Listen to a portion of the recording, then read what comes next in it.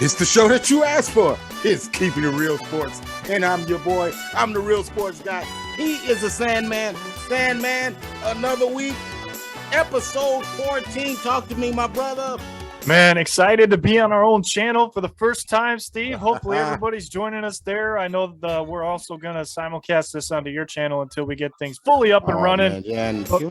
So excited. It looks great. I know you and I put a lot of work into it, and I think the fans will appreciate it as well. A full show, man. We've got NFL Power Rankings. We got Pick Six. We'll take a look at the playoff picture. Of course, we'll do sound off. We'll give you this week's top 10 quick hitters and the hurry up. Andy, let's get into it. The quick hitters. You're up first, my friend. All right, Steve. A quick note this week. Ben Bishop, outstanding NHL goalie, has to retire due to a knee injury. It's a significant loss for both the Dallas Stars and Team USA for the Olympics as well. He would have been on that roster had he been healthy. Only 35 years old, but had an outstanding career. Played in 413 games, had a goals against of 2.32, a save percentage above 900 at .921, and 33 shutouts, and helped the Dallas Stars get to the finals a couple years ago. So outstanding career, but really sad to see that he had to end it due to injury.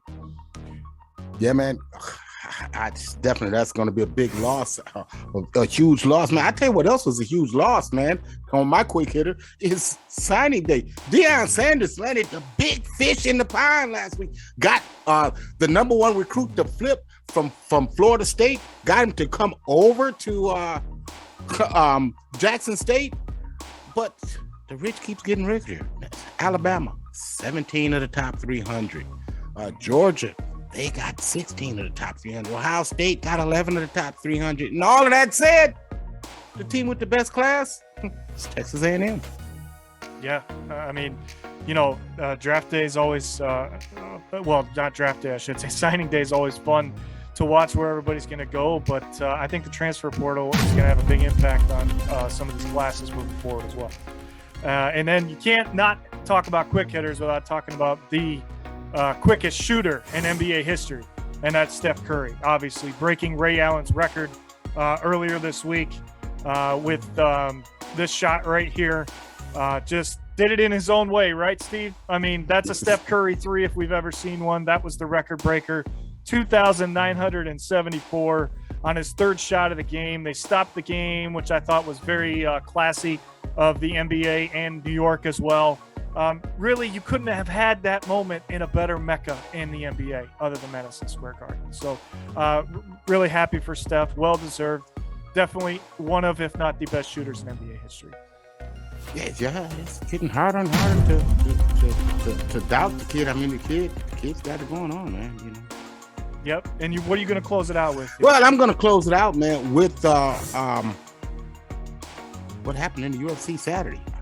I mean, Juliana Pena goes in and shocks the mixed martial arts world, upsetting Amanda Nunes at UFC 269, winning the women's bantamweight title in one of the biggest upsets in UFC history, man. Submitting her in the second round, man.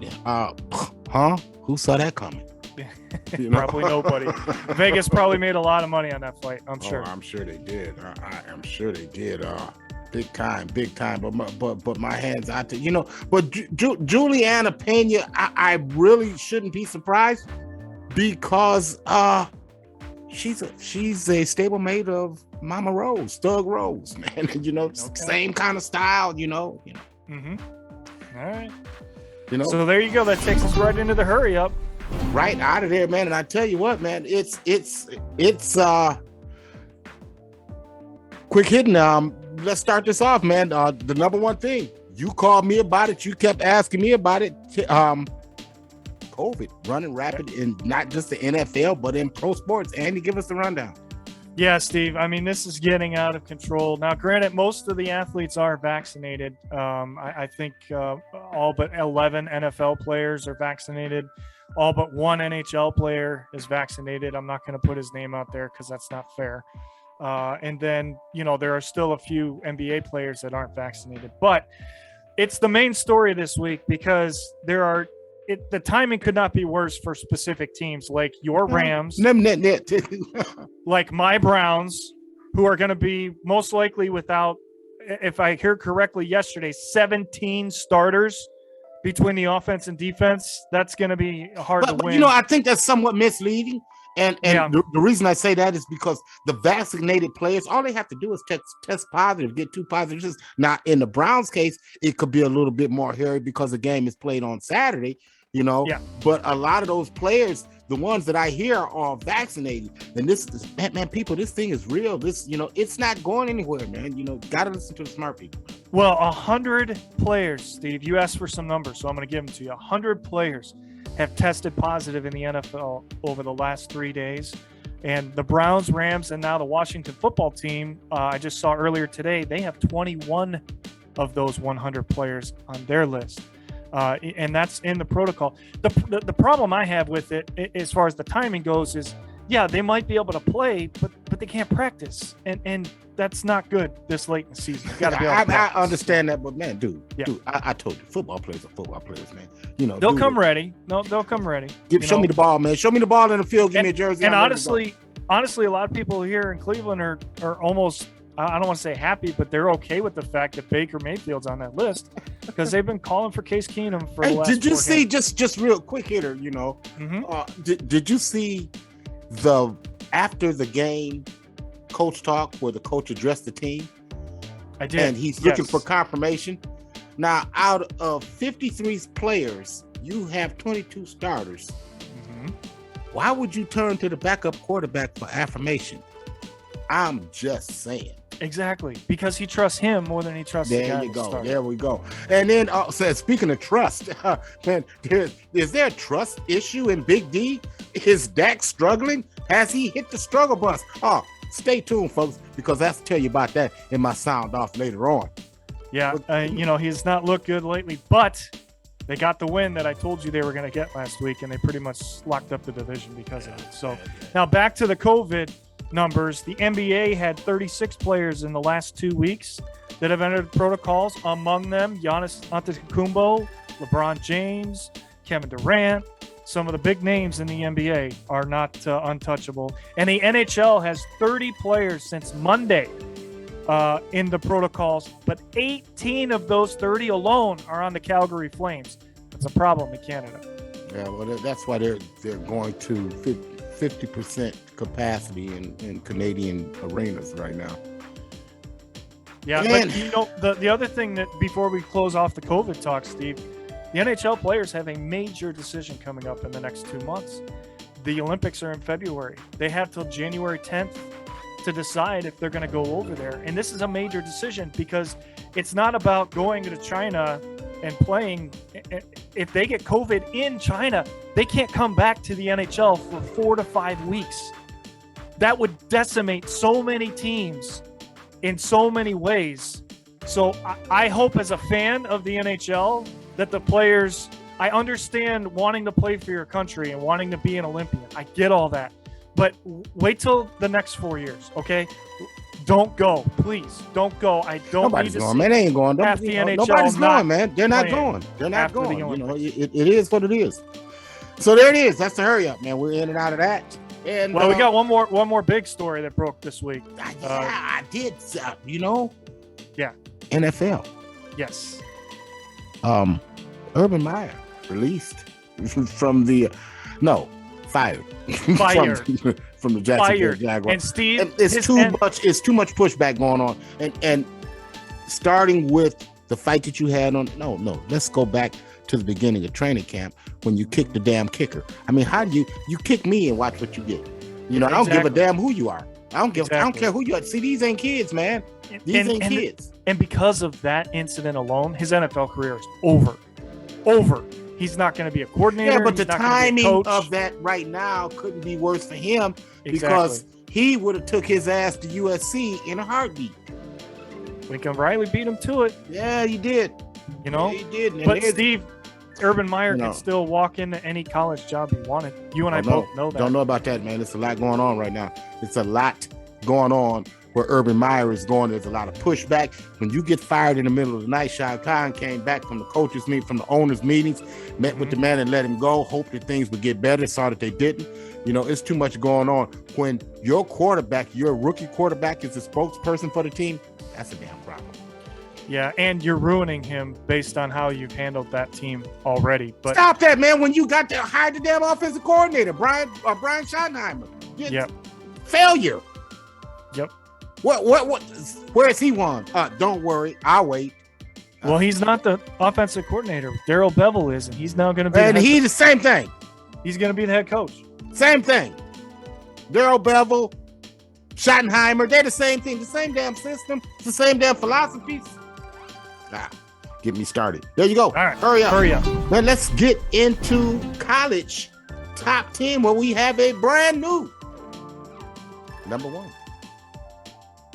Brand new number one, brand new top 10 too, Steve, for the most part. Yeah. If you look at our top 10 from last week, but this seems to be a common theme, whether we're talking basketball or football throughout this show, isn't the number one team. It seems like the number one team and the number 10 team seems to have a hard time holding on, but the number 10 team did move on. We had a little shake up.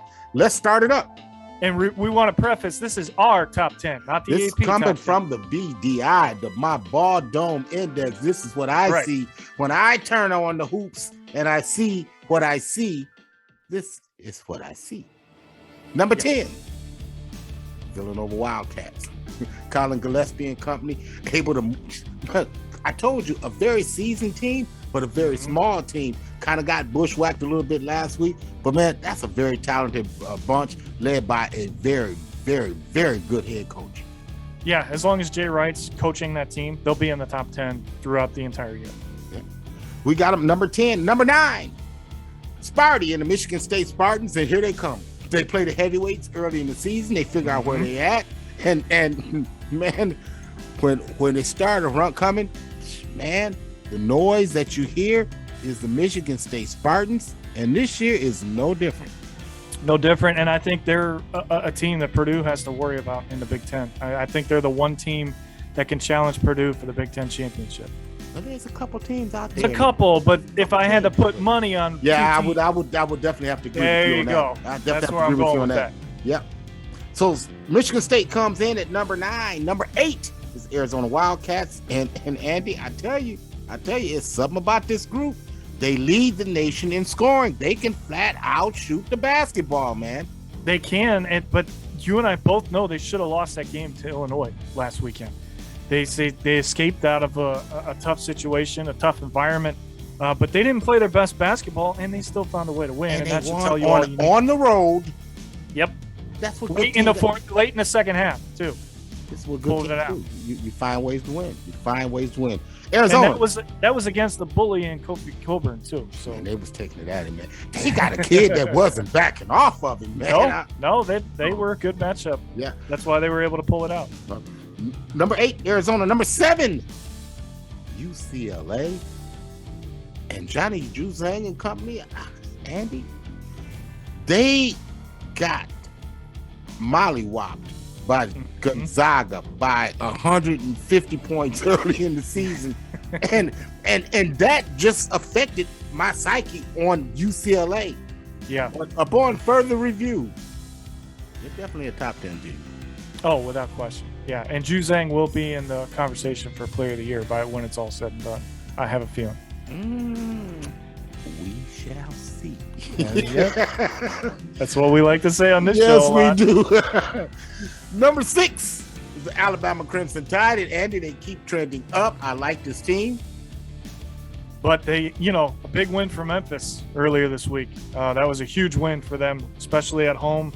And I think that there were some chemistry issues among the Tigers. If they figure that out, Steve, we're going to be talking about them in the next few weeks. Up into the rankings. Penny Hardaway has done a good job of recruiting there, starting to return them to being a household word again. Baby steps. Remember, they won the NIT championship last year. And usually that is a catapult on the bigger and better things throughout the next college campaign. Yes. But number 6, we got Alabama. Number 5, the Kansas Jayhawks. And did you see that? over the I years. didn't. Oh my! I didn't. But you're gonna tell us, aren't you?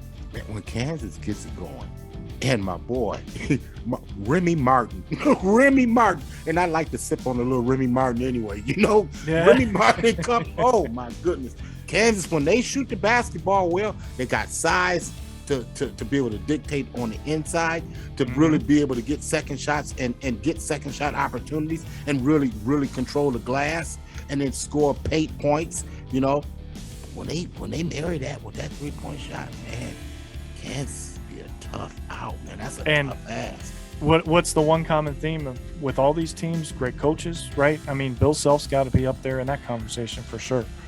Yeah, absolutely. The rings and things that we sing about. Mm-hmm.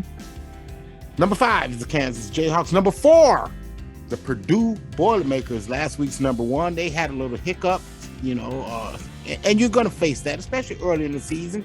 Yes. The games in December come. Nobody remembers. In a couple of months. Absolutely. Mm-hmm. Exactly. So Purdue, they're legit. They're number 4. Number 3, Gonzaga, and we've talked about them and the plethora of way that they can attack you. Mark Few's done a great job. Yeah, he has. And as long as Timmy and Holmgren stay healthy, Steve, they'll be in the top 3, not even the top 5, the top 3 all year long. Yeah. Definitely have a talented team. Gonzaga, they come in at number 3. Number 2, the Duke Blue Devils, and Coach K looking to go out on top. Yeah, and another, freshman that's headed to the NBA with Banchero. Yeah. He's going to be in that conversation that we talked about earlier as well. What a story. I mean, it's early, right? But what a story that would be if Coach K literally went out on top. But I think the number 1 team might have a little something to say about that. Yeah, because they are the defending national champions. That are your Baylor Bears. And they lost a lot of talent to the NBA, but they had a plethora of talent and they recruit well. And I tell you, they get after it. They attack the glass in bunches. Steve, not only that, to me, the most impressive thing about this team is their defense, because they can give you problems if they match up in zone or man-to-man. And not a lot of teams can do that. It's usually one or the other, but with them, it's either, and that makes them extremely dangerous. The one thing that stood out to me this week, Kentucky falls out of our top 10 after being there last week. Yeah, and that sets up a colossal matchup this weekend against the Buckeyes in that CBS Classic. Out in Las Vegas. Yep. Yeah, so it ought to be interesting. It's the Buckeyes, North Carolina competes in that. I think UCLA will be in it. I think it'll be UCLA and North Carolina this weekend. I think that's the first game, and then Kentucky, Ohio State's the second game. But I'll be flipping to that game, but with the Browns being moved to Saturday, that's where my focus is going to be. Yeah. And there you go. That's our this week's top 10. Keeping it real sports. Top 10. I like the way that sounds. I think we should call it the DBI top 10. What do you think? I like that a little bit. That's coming from the BDI. BDI. I said DBI. I meant BDI. Yeah. Andy, let's go. That brings us to NFL. Let's take our first look at the playoff picture. Oh, definitely, Steve. Where do you want to start in the AFC? We're going to start with the AFC, and then we'll look at the division leaders. So the division leaders, it would be New England. As of right now, Baltimore, Tennessee, and the Kansas City Chiefs. Big one for them this week, and we're going to pick that in our pick 6. That basically is the division, right? I mean, pretty much. Them and the Chargers. But who do you want to start with? Because I've got everybody's remaining schedule that are in that playoff. Well, let's look at tell us the teams that are the wild card as we sit right now in the AFC. Right now, if I'm not mistaken, the wild card teams are the Colts, the Bills, and the Chargers. Do I have that correct? That sounds about right. Okay, yeah. So and in the hunt would still be hunt, We have the Browns, the Bengals, the Steelers, the And the Broncos, and the Raiders. So a lot of teams still in it. But you and I both know after this week, that's probably going to change significantly. The games in December are the games we remember when we play football. And I'm not being biased in this case, Steve, but I think we have to start in the AFC North because this now is a division that has a lot of questions in it after what happened to Lamar Jackson last week against Cleveland. They're saying he's going to play against Green Bay. It's a home game for Baltimore. Have you seen the Baltimore schedule? Well, that's where I was going next. Yeah. I mean, they've got Green Bay this week at home. Then they're at Cincinnati, which essentially could be the division, right? And what happened when they played Cincinnati earlier in the year? They got smoked. Yeah, Cincinnati dropped a 40-piece on them. Yeah. But then they've got to face the Rams at home. Good luck. Yep. And then it's always tough against Pittsburgh. Proved that 2 weeks ago when they lost by 1 in Pittsburgh with a healthy Lamar Jackson. So to me, this could be the beginning of a free fall for the Ravens. I mean, they realistically, Steve, could finish 8-9 or 9-8. And that, I don't think that gets it done. That ain't good enough. It's not going to be good enough. No, to me, good enough. And the Browns have a tough schedule too. And that's no walk in the park. They've got the Raiders this week, but again, like we talked about earlier, they're dealing with COVID issues. So we don't know who's playing and who's not. That could be a problem. Then they've got to go to Green Bay on Christmas. Okay? Don't forget, people, next Saturday is Christmas Day. Yeah. Okay? Good luck. They've got to play the Green Bay Packers on Christmas. Okay? Good luck. Then they've got to go to Pittsburgh. They don't play well in Pittsburgh, Steve. Even if they match up well against the Steelers, they don't play well in Pittsburgh. That's a problem. The one thing that I like, if I'm a Cleveland Brown fan, is the fact that the weakness for the Green Bay Packers is the inability to be physical at the point of attack. We have seen teams have their way with them. So if I'm a Cleveland Brown fan, I would look at that again, not getting far away from who you are. That's right. Important, man. Just remembering who the hell you are. You just go back and look at the Ram game. It's like, look, remember who the hell you are.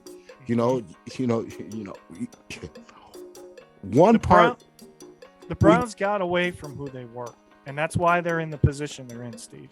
And that, to me, is on Kevin Stefanski. He knows better than that, especially as the play caller. But then they wrap it up against Cincinnati, and miraculously, that could be for the division. So, I mean, this is just crazy. If you look at Cincinnati's schedule now, they've got at Denver, which is a playoff caliber team this week. It's never easy to go to Mile High in December, right? We know that. Then they've got Baltimore at home. Then they've got Kansas City at home. And then they go to Cleveland. So this division, to me, has the toughest wide finish. Open. Yeah. We'll be watching that finish of that. Let's flip it over real quick and look at the NFC side, man. Well, we got to finish with the Steelers. We didn't get to the Steelers yet. The Steelers ain't gonna be in a minute, though. Well, they got Tennessee this week at home. They're at Kansas City. Yeah. Then they've got Cleveland at home, and then they're at Baltimore. Yeah. They have to win out. They have to win out to have any kind of chance. Even with that tie, they have to win out. And it's not going to happen. It's not. You got coaches yanking players, man, who are making first down signals with the clock running out. Man, get the hell up and line up, man. Yeah. All right, where are we going next? All right. Let's look at the NFC side, man. When you look at the NFC, your division leaders would be Dallas. You're looking at the Green Bay Packers. You're looking at the Tampa Bay Buccaneers, and you're looking at Arizona. Mm-hmm. The playoff teams right now look like it'll be the Rams, Washington, and San Francisco. Washington's still in despite their loss last week. Philly's not in over them? Washington right now, if the playoffs began right now, Washington would match up against Tampa Bay. And you know they're not afraid of that. All right, so they're not afraid of that. Yeah. To me, in the NFC, we're talking about maybe one team switches in the wild card, but are you sure Minnesota's not in? I thought Minnesota was in. I'm telling you guys that no. Okay. All right. Well, Minnesota To me- just got beat by To San Francisco. no, they beat Pittsburgh. They got beat by San Francisco a couple of weeks To ago. get into the wild card. I see what you're saying. San Francisco is 7-6. Yeah, San Francisco is clearly in right behind the Rams. But again, I thought that Minnesota at 6-7 was in over Washington at 6-7. Washington has a Okay. better conference record, and right now, if the playoffs start now, Yeah. the Redskins would sit at number 7. All right, so to me, there's two things to look at in the NFC: who's going to get the number 1 seed, and who's going to get the final wild card spot. That's it. Everybody else is in. That it's just a matter of position. Would you not agree? Yeah, no, I would disagree. I think that there is a chance that the NFC West can flip, and that would be big because at that point, right now, if the playoffs begin now, the Rams go on the road, and the Arizona Cardinals would be the home team. They would have a home playoff game. Arizona's got a game coming up against Dallas left. They do. They also have a game against the Colts, which is not going to be easy either. Yeah. So they and then I believe they've got a division. They finish with Seattle, but it's home. It's in Arizona. I think I said earlier Tampa Bay was going to get the number 1 seed, and here's why, Steve. They've got New Orleans this week. Normally that would be a problem, right? We've seen that in the past, but they don't have a quarterback. So I don't think that's going to be a problem this time. Then they go to Carolina. That's a win. Then they go to the Jets. That's a win.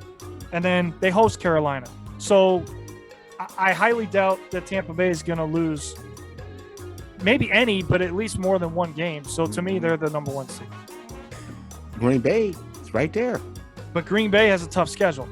They've got Baltimore, Cleveland, Minnesota, and then they've got Detroit. But they'd struggle against Minnesota. Remember, they lost earlier in the year against them. Man, all of those games on Green Bay's schedule are doable. Well, they're doable. I'm not saying they're not. But in my opinion, Tampa Bay runs the table. They get the number 1 seed. That's what I think's going to happen. And if Green Bay runs the table, they are the number 1 seed. Correct. Correct. And because I put them in the Super Bowl, I want that to happen. But my gut's telling me with Aaron Rodgers isn't 100%, I don't think they can win all 4 of those games. So. Well, here we go. Let's get into NFL Power Rankings, this week's version. All right, let's do it. Number 10, the Los Angeles Chargers. They come in at 8-5. They're playing good football lately. Last 2 weeks, they've been impressive. 2 big wins. Oh, they got one this week. But they've got the biggest one. Oh boy, this week. Yep, and we're gonna pick that game here. On pick 6. We definitely will.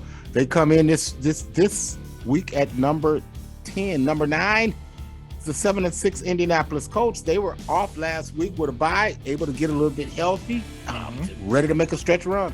Healthy, and they got help, Steve. And that's why they were able to move into the wild card, even though they had a bye week. So, to me, it comes down to can Carson Wentz step up in the big moments. This game this week is the biggest game of his career. This is what you paid for.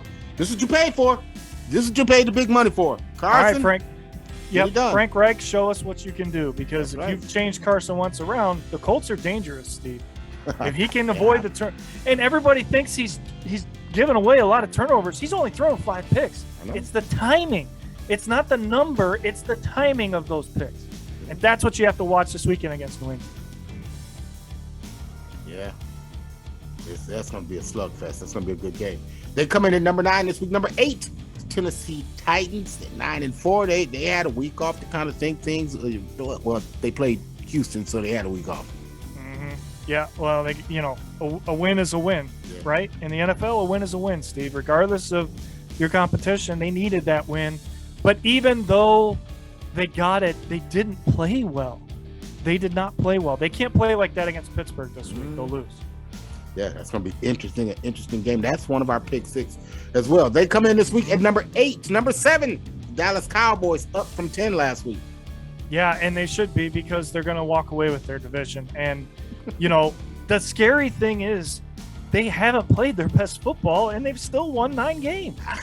See, well, yeah, I do. I know why. I mean, but I don't know why others can't see what's going on in Dallas. What's really going on? Well, you and I see it, but Micah Parsons has saved their season. Man, the dude is a freaking beast. He's an animal. It's a two-man race for Defensive Player of the Year. It's him and Myles Garrett, and that's it. There's no one else in that conversation. They come in at number 7 this week. Number 6, New England Patriots, 9-4. Bye week last week. You're giving Bill Belichick an extra week to prepare for a playoff caliber team. We'll see about that when we make that pick. But the thing that's just impressed me the most about New England is to me, Steve, they've been the most consistent team in the entire NFL since week 3. I mean, yes, they've won 7 in a row, and that's part of it. But look at what they've done during those 7 wins. Nobody's been more consistent on all sides of the football. I don't know, man. I don't know. I keep telling you, I told you back freaking 7 weeks ago. Man, Kansas City's coming. Kansas City's coming. Man, and if y'all can't see that picking up steam, okay. So New England, they come in at number 6 this week. Number 5, the Los Angeles Rams, and a little bounce back last week. Yeah, that was a big win. I know you were happy about not just the fact that they won, but the way they did it. No, I was happy with the fact that they went back to the damn basics, man. Running the football. You run the football, man. You lost tight ends, especially the COVID protocol. So what, man? What we're gonna do? We're gonna run out another offensive lineman. We're gonna go jumbo. We're gonna run the damn ball, and ain't nothing you're gonna do about it. And then when you start biting on that run, we're gonna start hitting Cooper Kupp and Odell Beckham. And don't Odell Beckham look like a damn Ram? He does fit this scheme very well. I mean, he's got a touchdown in all 3 games since coming over from Cleveland, and he's what that offense needs, and it's a great fit. So, hats off to him. Nobody in Cleveland wishes him ill will. We want to see him succeed. We just wish he could have done it here, but the Browns. Wasn't his fault. No, it wasn't. It wasn't his fault. No, it was not his fault. And as Colin Cowherd would say, the nameless person, the Cleveland quarterback. Yeah. Well, I'm on board on that, and I'll get into that as we go over the next few weeks and finish this season out. So the Rams coming in at number 5. Number 4 is the team that they defeated on Monday night, the Arizona Cardinals. I mean, record speaks for itself. Very concerning, though. DeAndre Hopkins out for the regular season with knee surgery. May not come back at all. That's a huge, huge loss for them. And can they sustain it without him? We'll see. That's why they went and got A.J. Green, because of that possibility. See, now you number 1 again, bro. See, you can't hide over there no more. Can't hide over there no more. Because if he can't handle it, it's on Christian Kirk, and I don't know if he can handle it either. There you go. Number 3, the Kansas City Chiefs and Patrick Mahomes and my homeboys on the 6-game winning streak. And it's been the defense. That's exactly it. And ever since they got Melvin Ingram from the Steelers, it's just flipped some kind of switch onto this team. It's like he was the missing piece. And you see, so many times,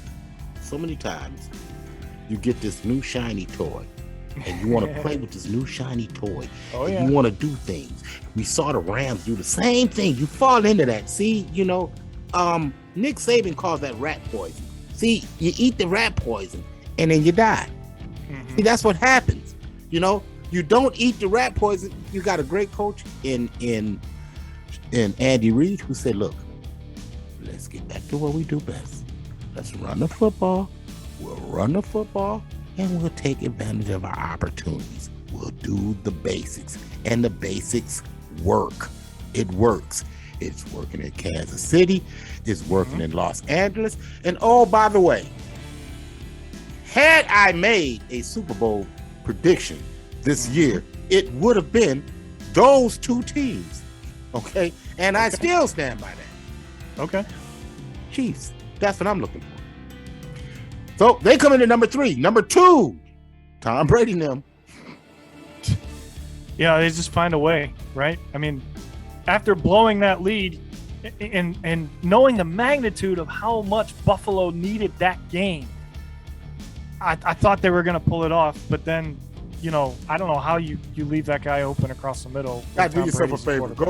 you know, our viewers that watch this, watch our little spinoff shows that are coming up. You know, Andy's got one coming up. I've got one called Coach's View, where I actually broke down that game and I showed you the deficiencies of the Buffalo Bills and what New England did in a blueprint that everybody's kind of emulated. But what happened was they took their foot off they pedal off the metal. I mean, man, when you're up 27-3, it's like, okay, done deal. We checked out. Yeah, and I think if Josh Allen not got hurt, maybe it'd be a different story. Yeah, but see, that's my point, Andy. Why did he get hurt? He got hurt because he had to try to overcome the number of deficiencies of the Buffalo Bills, and they keep busting their head against the wall. And if you bust your head against the wall so many times, sooner or later you're going to hurt yourself. Yeah, and that's, you know, they're doing it to themselves. They have the talent. For whatever reason, Brian Daboll is not calling a balanced game. They're not running the football. They forgot. That's what I mean. That's exactly what I mean. They don't run the ball. Yeah, and I don't understand everything that. Is a chunk. They want to get chunk plays down the field. But Steve, I don't know why they would deviate. Like you said, the rat poison, analogy. They were 12-4 last year. Yeah, because and a lot of that was chunk plays, but that was based off the run because of their ability to be able to run the football. Yeah, I don't get it. And you know, I'm backing out of Buffalo in my Super Bowl pick. Yeah. So number 2, Tom Brady. Number 1, the man with 2 A's in his name, Green Bay Packers. And Andy, it is what it is, man. Some things just don't change. Listen, Steve, I think he's the best quarterback in the NFL. You might not agree with that. That's fine. But find me another guy that can do what he's doing, as banged up as he is, as many distractions as he's had, and just watch him release the football. I've never seen anybody throw the football like Aaron Rodgers, ever. I'm talking about all the way back to before you and I were on this earth. Nobody has ever released the ball like him, and the accuracy is uncanny. And this team is the reason why I changed my Super Bowl pick. That would be a good reason why. The man was 2 A's in his name. Concerning that he said it hurt worse after throwing 4 touchdowns, but he's going to find a way to play through it. And they're going to be right there near the top when it's all said and done. So there you go. NFL Power Rankings, Andy. That brings us to pick 6, where we have 6 games to pick from. Andy, before I get into that, please remind the people what happened last week. Last week, I actually won last week, but that's not going to matter. I was 4-3. You were 3-4.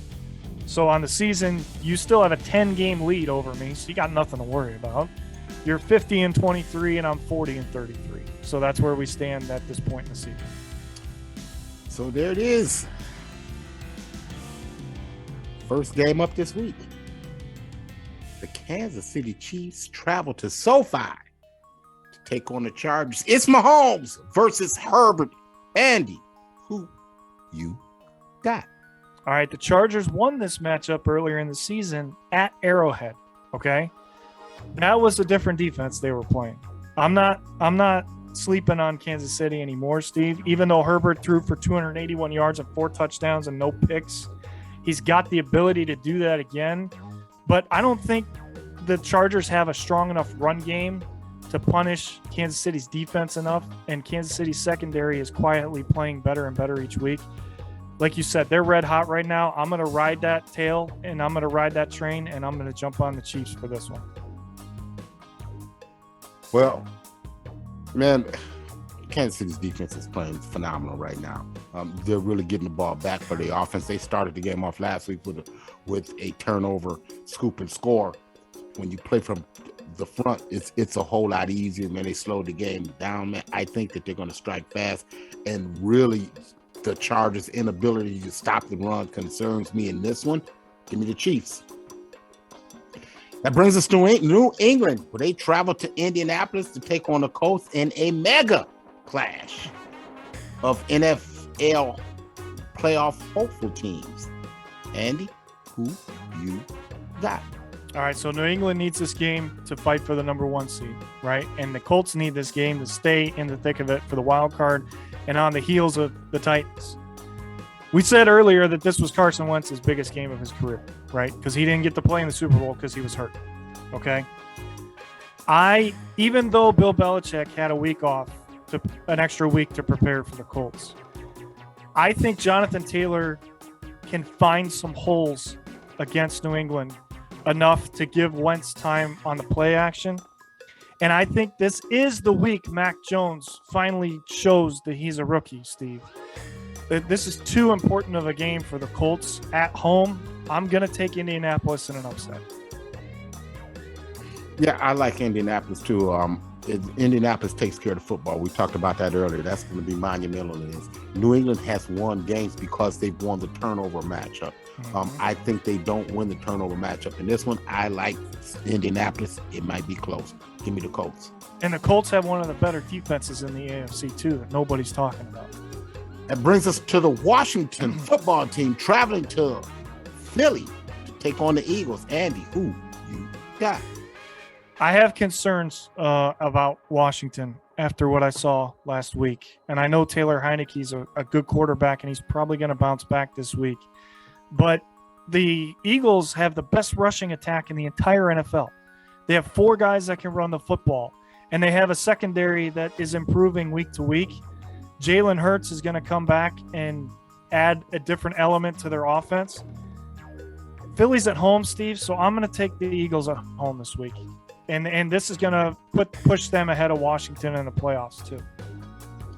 Yeah, if they win the game. I don't think they win the game. I don't think they're going to win the game. I like Washington. Washington kind of dumped on itself last week, time and time again, stepping on its feet. They didn't lose that game because Dallas beat them. They lost that game because they lost the game. Yes. It wasn't Dallas beat them. Let's not make any mistake about that one. Give me Washington, the football team, to bounce back and get it done. Here we go. The battle for number 1. This is where Houston travels to Jacksonville to take on the Jaguars. Andy, who you got? All right, we talked about it earlier, right? Urban Meyer, gone. See you, bye. I've got some insight because my brother's a season ticket holder in Jacksonville. And he's claiming what I was thinking when I was looking at picking this game. The players did not like Urban Meyer at all. Urban Meyer is gone. The cancer is out of the locker room. I think they're going to rally. They're at home. They need to do this for the owner and the fans. Jacksonville is going to pull it out. Yeah, you second my echo my sentiment. I just think that Jacksonville they've been real close all year, man. They've had reasons. Now they have a reason to kind of rally around each other. I just think they get it done. And then again, Houston's going to start a rookie quarterback in Davis Mills. And I'll take Trevor Lawrence over Mills. I'm going to go with Jacksonville. Give me the Jacksonville Jaguars. Mm-hmm. That brings us to Cincinnati, where they travel to Denver to take on the Broncos. Andy, who you got? Both teams need this game to stay in the discussion for the wild card. However, Cincinnati needs it more because they still have a chance in the division. I hate to do this because I need them to lose this game, but they will not lose 3 in a row, Steve. They're too good of a football team. I'm going to take the Bengals to go on the road. Joe Burrow looked outstanding last week. I think Mixon can find some holes against the Denver defense, and Cincinnati can get to Teddy Bridgewater. So the Bengals are going to win on the road. The Bengals are going to win because they're a better football team. It's as simple as that. You give me Cincinnati, again, one of those Dow Joneser teams. They're young. They're going to learn how to navigate these ebbs and flows throughout of a season. They're starting to learn how to win. They'll put it together. Cincinnati will win. They'll get the job done on Sunday. Last game, Tennessee traveling to Pittsburgh to take on the Steelers. Andy, who you got? I'm not picking 2 division opponents to win in 1 week. So for that reason alone, and I can't stand the Steelers, and I want their season to end with this loss. Tennessee needs this game to stay in the thick of it for the number 1 seed and home field, which could be monumental if Derrick Henry can come back, which there's talks that that's a possibility. And I think the Titans have the Steelers' number in the matchups over the last few years. So Titans go into Heinz Field and get it done. They're missing a few pieces. They're missing A.J. Brown. Yes, they are. Julio Jones is a little banged up. But he played last week. Yeah, did he? Well, that was Ryan Tannehill's fault. So what's going to change this week? I just think Mike Vrabel's going to be. Pittsburgh has played better. They found ways to win when you just didn't think they could. And I think they find a way to get it done here.